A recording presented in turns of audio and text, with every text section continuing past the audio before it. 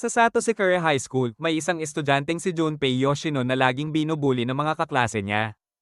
Pinagbibintangan siya na tumitig daw sa dibdib ng girlfriend nila. Sa isip ni Junpei, hindi siya pipindot ng button na papatay sa lahat ng taong kinaiinisan niya, pero kung button na papatay sa lahat ng may galit sa kanya, pipindutin niya ng no hesitation, GG agad. Makalipas ang ilang oras, umabsent si Junpei para manood ng pelikulang Human Earthworm 3 sa sinehan. Bad luck, nandoon din ang mga bully niya. Naalala niya kung paano siya pinagtulungan dati dahil sa isyo kay Tsubasa. Alam niyang ginagamit lang sila ng babae para sa atensyon at nagpapakatanga naman ng mga lalaki dahil gusto lang nila ng landi. Nang sabihin niya to, lalo lang siyang binugbog. Sa sinehan, nainis si Maito sa ingay ng mga bully at pinatay sila. Lumapit si Junpei sa mga bangkay at nakita ang sobrang disturbing na itsura nila tapos umalis siya para hanapin si Maito. Naabutan niya ito sa eskinita at hinarap. Alam niyang hindi ito normal na tao. Tinanong niya kung kaya rin ba niyang gawin ang ganong bagay.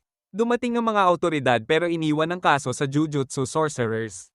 Sina Yuji Itadori at grade isang sorcerer na si Kento Nenomi ang nag-imbestiga. Napansin ni Nenomi ang bakas ng curse technique na nagbago sa mga katawan. Si Yuji, nag-focus at natutong makita ang residuals pero walang praise si Nenomi, strict mode lang. Gusto ni Yuji mag-all out pero sabi ni Nenomi, chill lang, sapat na ang tamang effort. Medyo awkward sila. Ipinagkatiwala ni Satoru Gojo si Yuji kay Nenomi para sa mission na to. Si Nenomi ay dating salaryman na naging sorcerer. Para sa kanya, pangit maging sorcerer pero mas pangit magtrabaho sa kumpanya, so pick your poison. Trust niya si Gojo pero wala siyang respeto dito kasi pasaway sa rules. At para kay Nenomi, hindi pa full sorcerer si Yuji, parang trainee pa lang. Sa kasalukuyan, sinundan ni na Yuji at Nenomi ang bakas hanggang sa bubong. Paglabas nila sa ulan, sinalubong sila ng parang curse, tapos may isa pang lumabas. Hinati ni Nenomi ang laban, isa bawat isa. Ayaw ni Yuji na maliitin siya, pero para kay Nenomi, bata pa siya na kailangan pa ng gabay. Hindi daw pagiging adult ang harapin ng buhay at kamatayan, yung mga maliliit na problema sa buhay ang tunay na nagpapalaki sa tao. Habang lumalaban si Nenomi, inexplain niya ang curse technique niya. Hirap si Yuji makinig habang nakikipaglaban. Tinuro ni Nenomi na may advantage ang paglalabas ng technique parang pack na nagpapalakas ng ability. Pinakita niya ito sa isang mabilis na slash, instant delete ang kalaban. Ngayon si Yuji na lang ang may kalaban. Ipinakita niya ang training niya, kaya na niyang maglagay ng cursed energy sa kamao. Natutunan niya kay Gojo na may delay ang energy niya, kaya nagiging dalawang tama ang isang suntok. Ginamit niya ang Divergent Fist at tinapos ang kalaban. Na-impress si Nenomi at nakita niya kung bakit gusto ni Gojo si Yuji. Pero napansin ni Nenomi na hindi pala curse ang mga to. Dinala nila kay Shoko Airi at kinumpirma na dati silang tao na na-mutate ng curse technique tulad ng nangyari sa sinehan. Sinabi ni Shoko na hindi na sila buhay, kaya hindi dapat magilty si Yuji. Pero galit si Yuji sa nangyari at nagulat si Nenomi sa sincerity niya. Para ay motivate siya, sinabi ni Nenomi na niloko lang sila ng kalaban gamit ang residuals. Kaya kailangan na nilang mag-full effort para hanapin ito. Samantala, dinala ni Maito si Junpei sa hideout niya at tinuruan tungkol sa curses. Ipinaliwanag niya na galing ito sa collective fear ng tao, hindi lang sa mga multo o yokai, pati sa natural disasters. Si Maito mismo ay galing sa galit ng tao sa isa't isa.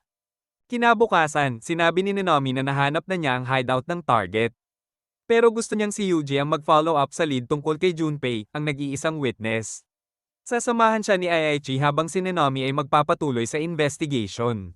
Nahanap nila si Junpei at sinundan gamit ang maliit na curse na nasa loob ng kahon na binalot ng mga talisman. Dati, si Junpei Yoshino ang nagpapatakbo ng movie club sa Sato Secure High kasama ang ilang kaibigan. Biglang dumating ang mga bully at sinabing kanila na ang room. Pinapalayas nila lahat pero gusto muna kunin ni Junpei ang DVD niya. Nainis ang isang estudyante at sinimulan siyang bugbugin. Natakot at tumakbo ang iba niyang kasama, habang si Shoteito at iba pang bully ay sumali pa sa pambubugbog. Sa kasalukuyan, nakikipag-usap si Junpei kay Maito tungkol sa kasabihang ang kabaligtaran ng pag-ibig ay hindi galit kundi pagiging walang pakialam. Ipinakita ni Maito ang mga eksperimento niya. Gamit ang curse technique, kaya niyang baguhin ang anyo ng tao, palakihin o paliitin. Nagulat siya na hindi natakot si Junpei kasi para kay Junpei, alam na niya kung gaano ka-weird at ka-toxic ang mga tao. Ipinaliwanag ni Maito na ang tao ay may kaluluwa, hindi lang basta puso. Para sa kanya, walang tunay na value ang buhay dahil paulit-ulit lang ang cycle nito. Sinabi niya kay Junpei na hindi niya kailangang pigilan ang galit niya, pwede nilang gawin kahit ano gusto nila. Pag-alis ni Junpei, sinusundan siya ni na Aichi at Yuji habang nakadrive ng dahan-dahan. Na-update si Yuji na okay ang mga kaklase niya at nakuha niya ang mission niya. Gagamit siya ng mga mahihinang cursed spirit na tinatawag na flyheads para i-test kung may talent siya sa jujutsu at kung may connection siya sa nangyari sa sinehan. Habang nangyayari to, pumasok si Nanami sa underground hideout ni Maito. Sinabi niya na ayaw niyang pumatay ng tao kahit mutated na kung wala ng pag-asa. Masaya si Maito na may dumating na sorcerer na hindi kasing lakas ni Gojo pero sapat para sa experiments niya. Sagot ni Nanami, tapusin na agad para hindi siya mag-overtime. Nagbakbakan sila at napansin ni Nanami na may pagkakapareho si Maito kay Gojo, parehong chill sa labas pero sobrang lakas sa loob. Nauna si Nanami at nabasag ang braso ni Maito gamit ang teknik niya, biglang nagulat si Curse. Habang lumalaban, nagtanong si Maito kung alin ang nauna, katawan o kaluluwa. Sabi ni Nanami, katawan, pero sabi ni Maito, kaluluwa ang nauna. Para sa kanya, ang katawan ay sumusunod lang sa hugis ng kaluluwa. Kaya niyang baguhin ang anyo ng sarili at ng iba gamit ang teknik niyang idol transfiguration. Samantala, nakita ni Junpei ang teacher niyang si Sato Miura sa labas ng school. Naiinis siya sa sinasabi nito at muntik na siyang umatake. Biglang dumating si Yuji kasama ang flyhead na aksidenteng napakawalan ni Aichi. Gusto ni Yuji makipag-usap kay Junpei pero ipal si teacher. Kaya ginawa ni Yuji ang pinaka-random move, kinuha ang pantalon ng teacher at tumakbo, forsang siya na habulin ito. Naiwan tuloy sina Yuji at Junpei para makapag-usap ng maayos. Sa ilalim, tuloy ang laban ni Nanami at Maito. Napigilan ni Nanami ang mga mutated humans na ginagamit ni Maito. Pero na-realize niya na hindi pabor ang match-up na to para sa kanya. Biglang bumilis si Maito at sinubukang baguhin ang kaluluwa ni Nanami. Buti na lang, instinctively na protektahan ni Nanami ang sarili gamit cursed energy. Nasugatan siya pero hindi na bago. Sabi ni Maito, ilang tama pa at hindi na siya magiging tao. Tumakbo si Nanami sa sewer para magpalipas ng oras hanggang mag-overtime mode siya. Habang papalapit ang 6 o'clock biglang nag-spike ang cursed energy niya, parang nag-power up at nagulat si Maito. Habang pumapasok si Nanami sa overtime, napansin ni Maito na gumagamit siya ng time-based vow para limitahan ang sarili at lumakas pa lalo kapag overtime na. Ibinunyag ni Nanami ang teknik niya, kaya mas lalo siyang lumakas at napilitan si Maito na seryosohin siya. Tumakbo si Nanami ng mabilis habang hinahabol siya ng curse at nag-isip ng dalawang option, pahinain si Maito hanggang maubos ang cursed energy nito o tapusin agad sa isang malakas na atake. Tumalon si Nanami at tinamaan ng pader gamit ang ratio technique. Collapse. Dahil sa lakas ng suntok niya, nabasag ang pader at nagkaroon ng shockwave mula sa cursed energy niya. Umiwas si Maito pero biglang naputol ni Nanami ang paa niya at sinabi na aatras siya. Maya-maya, bumagsak ang mga debris mula sa pader at natabunan si Maito. Samantala, magkasama pa rin sina Yuji at Junpei malapit sa hagdanan sa tabi ng ilog. Sinubukan ni Yuji tawagan si Aichi pero busy ito sa paghuli ng isang flyhead. Habang nag-iisip si Yuji, napansin ni Junpei ang swirly button sa uniform niya at na-realize na sorcerer siya. Diretso nang tinanong ni Yuji ang tungkol sa nangyari sa sinehan pero itinanggi ni Junpei at sinabing kamakailan lang siya nakakakita ng curses. Pinaniwalaan siya ni Yuji at umupo kasama siya. Pinanood sila ni Geto mula sa taas at natuwa na nagkaroon sila ng koneksyon kay Yuji. Nag-usap ang dalawa tungkol sa movies hanggang dumating ang nanay ni Junpei na si Nagi Yoshino at inimbitahan si Yuji sa dinner. Pumunta si Geto sa ilalim para hanapin si Maito at na-impress sa nangyari sa laban. Masaya si Maito dahil marami siyang natutunan tungkol sa sarili niya. Nahuli ni Aichi ang flyhead at tinawagan si Yuji, nag-aalala na baka madiskubre ni Nanami ang pagiging pabaya niya. Bago niya masando si Yuji, tumawag si Nanami at nagpasando papuntang Jujutsu High para magpagamot kay Shoko. Habang papunta, iniisip ni Nanami kung gaano kadelikado si Maito kahit bata pa itong curse. Sa bahay ni Nagi Yoshino, nag-enjoy sila sa dinner. Nagkwentuhan, kumain, at nagtawanan hanggang makatulog si Nagi. Naalala ni Junpei kung gaano niya kamahal ang nanay niya at mas naging close siya kay Yuji. Balak sana nilang manood ng movie pero dumating si Aichi para sunduin si Yuji. Bago umalis, tinanong ni Junpei kung ano gagawin niya kung mapilitan siyang pumatay. Sinagot ni Yuji na iiwasan niya hanggat kaya dahil mas lalo lang magiging magulo ang halaga ng buhay. Pag-alis ni Yuji, naisip ni Junpei na parang walang puso ang mga tao. Pero dahil may mabubuting tao tulad ni Yuji at ng nanay niya, hindi niya kayang pumatay. Kinagabihan, nagising si Nagi sa dining table at nakita ang isa sa mga daliri ni Sukuna. Dahil dito, may dumating na curse at pinatay siya. Naghanda sina Nanami at Yuji para kumilos laban kay Maito pero ayaw ni Nanami na mapilitan si Yuji na pumatay ng mga mutated humans. Pinabantayan niya si Junpei dahil niloloko ito ni Maito. Ginamit ni Maito ang galit ni Junpei at itinuro ang sisi kay Shota ito. Ang bully niya dati. Bumalik si Junpei sa school suot ang itim na damit ng nanay niya. Pinapanood siya ni Maito at Geto mula sa malayo habang nilagyan ni Maito ng curtain ang buong lugar. Plano nilang gamitin si Junpei para pilitin si Yuji na gumawa ng binding vow kay Sukuna. Sila rin ang naglagay ng Sukuna finger sa bahay ni Junpei. Sa auditorium ng school, nawala ng malay ang lahat ng estudyante pagpasok ni Junpei. Si Shota at ang teacher na si Sato Miura lang ang gising. Tinanong ni Junpei si Shota kung siya ang naglagay ng daliri sa bahay nila. Pero wala itong alam. Ginamit ni Junpei ang Jujutsu para lasunin ang balat ni Shota at binugbog siya bago buhatin ang katawan nito. Bago niya mapatay si Shota, dumating si Yuji at sumigaw sa kanya kung ano ang nangyayari. Sinabihan lang siya ni Junpei na huwag makialam. Tinawagan ni Yuji si Nanami at sinabi na pupunta siya sa Sato Sekura High School. Kasama ni Nanami si Takuma Ino sa sewer habang napapalibutan ng mga transfigured humans. Sinabi ni Nanami na hindi siya makakapunta dahil malamang buhay pa ang patch face curse at nasa school kung may curtain doon. Pinahinto niya si Yuji at pinakiusapan si Ino na harapin ang lahat ng kalaban. Ayaw sana ni Ino pero nang banggitin ni Nanami ang rekomendasyon para sa grade 1 promotion, pumayag siya agad.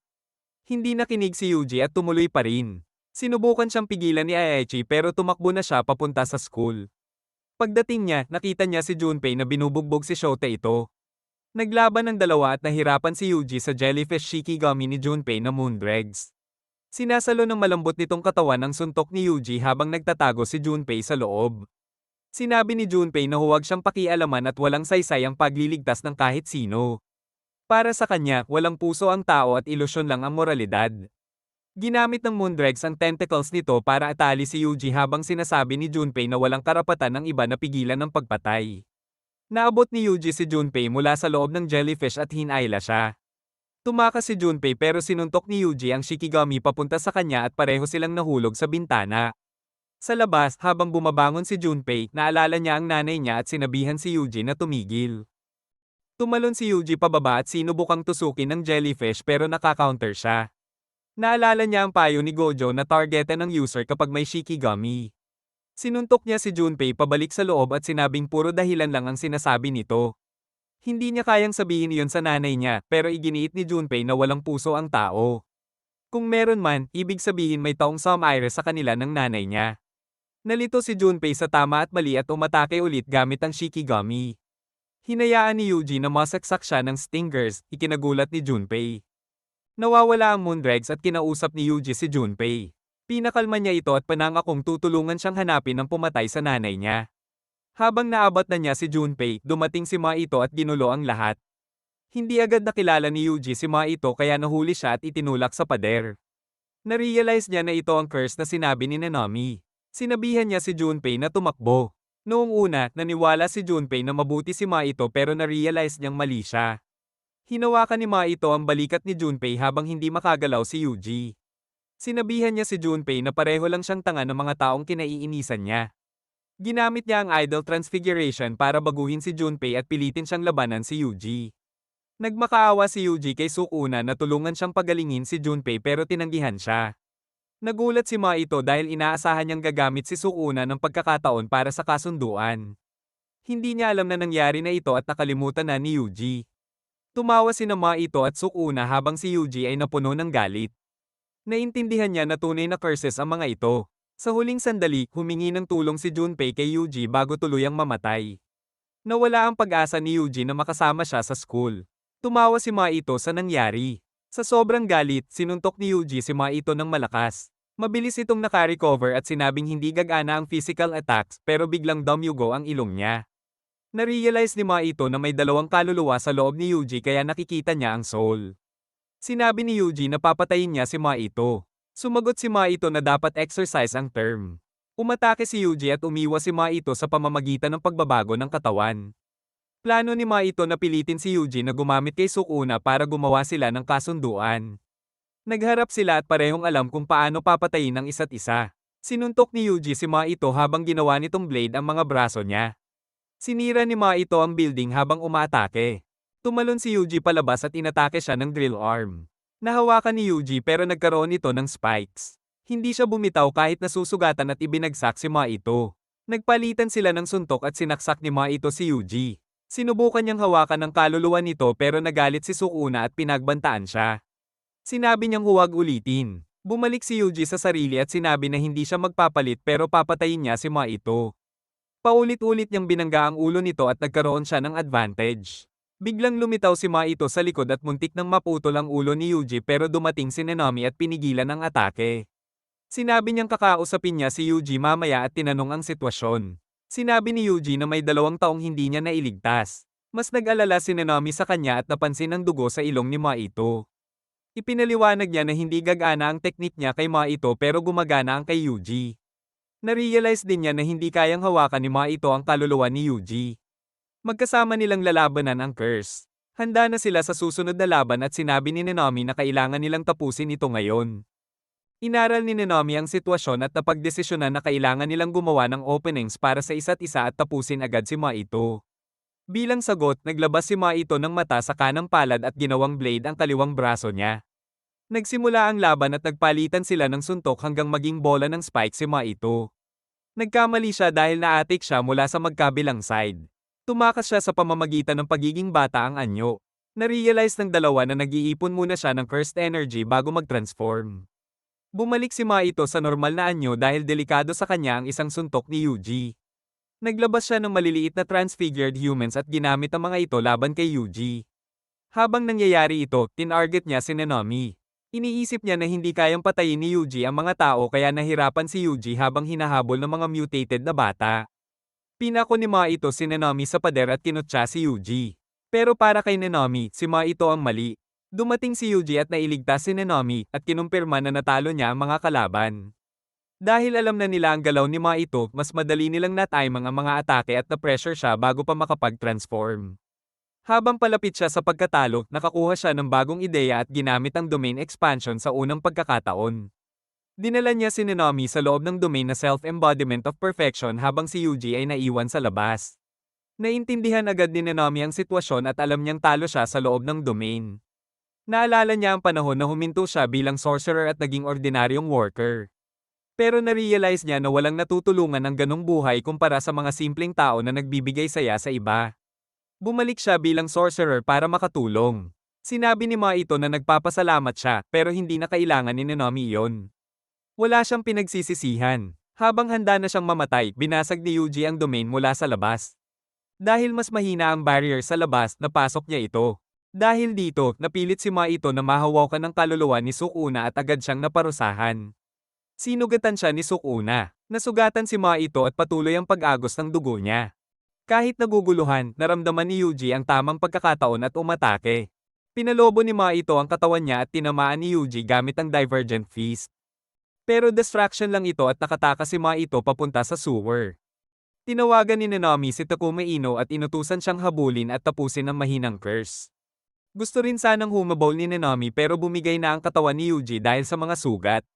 Nakabalik si Ma ito sa ilalim at naisip ang presensya ni Sukuna. Mas mababa ang cursed energy nito pero sobrang lakas ng presensya.